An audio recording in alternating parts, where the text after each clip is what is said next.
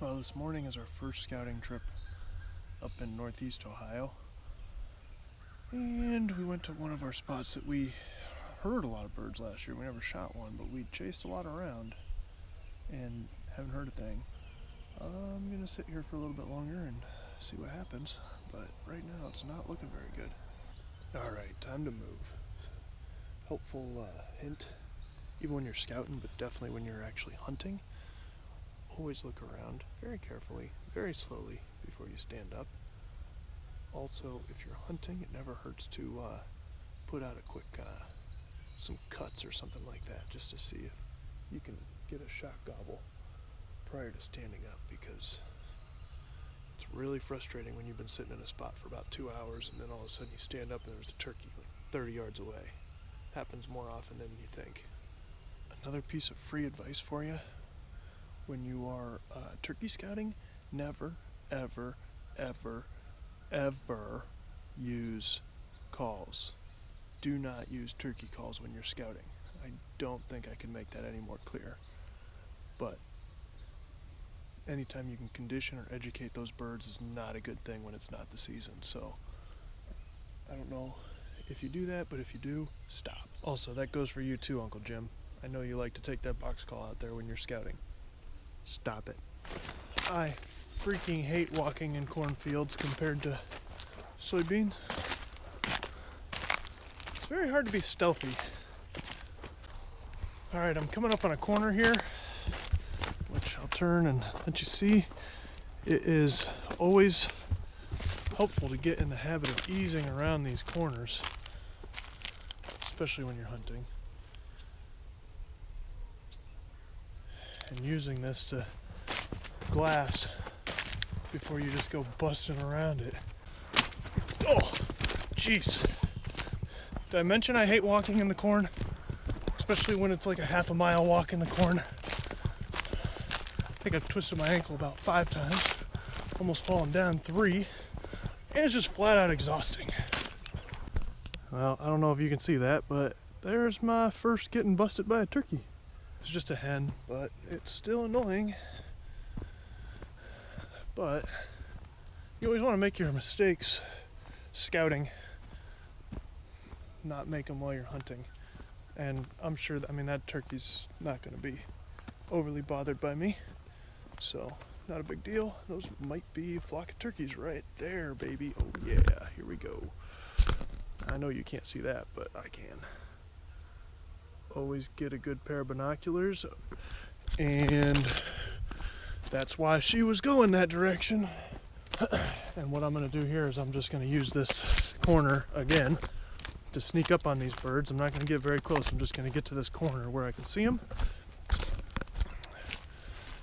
Once I get to where I can see them, I'm just going to sit there and glass. Heck, there might be another group of birds even further out there.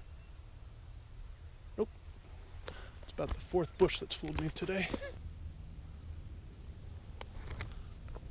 No strutters, but one of those birds is huge. Okay, I'm going to go out on a limb and say one of those birds had to have been a jake. At least. Big, dark. That's, when they're not strutting, that's one way to tell. Alright, you see this? This is called an insurance policy. That insurance policy is called trail cameras.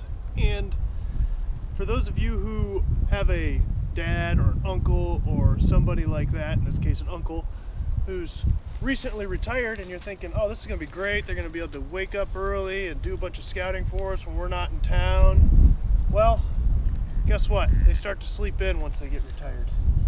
So I'm going to hang about 8 trail cameras on this 16-acre piece of property in lieu of making Uncle Jim get out of bed.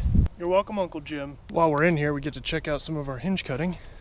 This is one of the ones that we did when we were experimenting, and you can see it's getting ready to bud. This is probably a 3-year-old hinge cut, and that tree's still alive. Don't ask me how they didn't bust me, but I was just tromping through the woods heading towards a field edge, and there are 2 turkeys coming my way right now, so I am going to slowly crouch my way down get out of their line of sight and try to get over by this tree without spooking them. Well, that beats the heck out of hanging trail cameras. Good news is I was literally going to hang a trail camera facing exactly where they were coming. So I will be doing that for sure now. She is coming right to me. Sorry for the extreme close-up, but I want you to see this bird.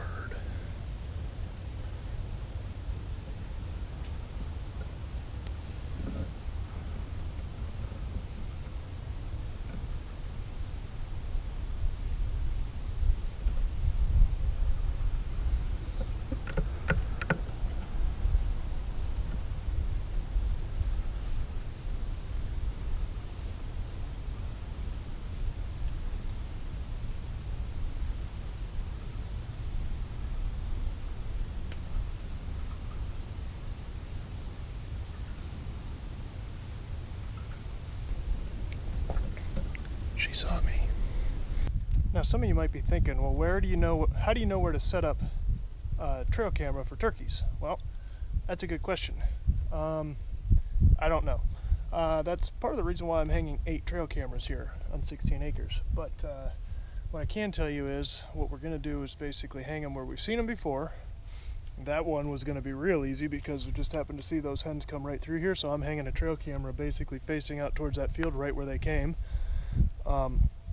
And then we're hanging them on food plots, so open areas, strut zones, things like that. We're just places where we think that they're going to go through, and pinch points where we think that they might come through. We might not get any pictures of anything, but at least it's a chance, and then we'll learn from that and see what happens.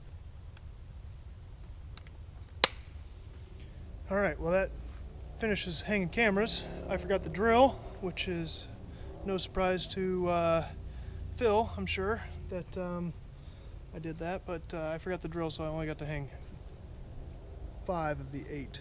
So we'll have to come back and do some more later.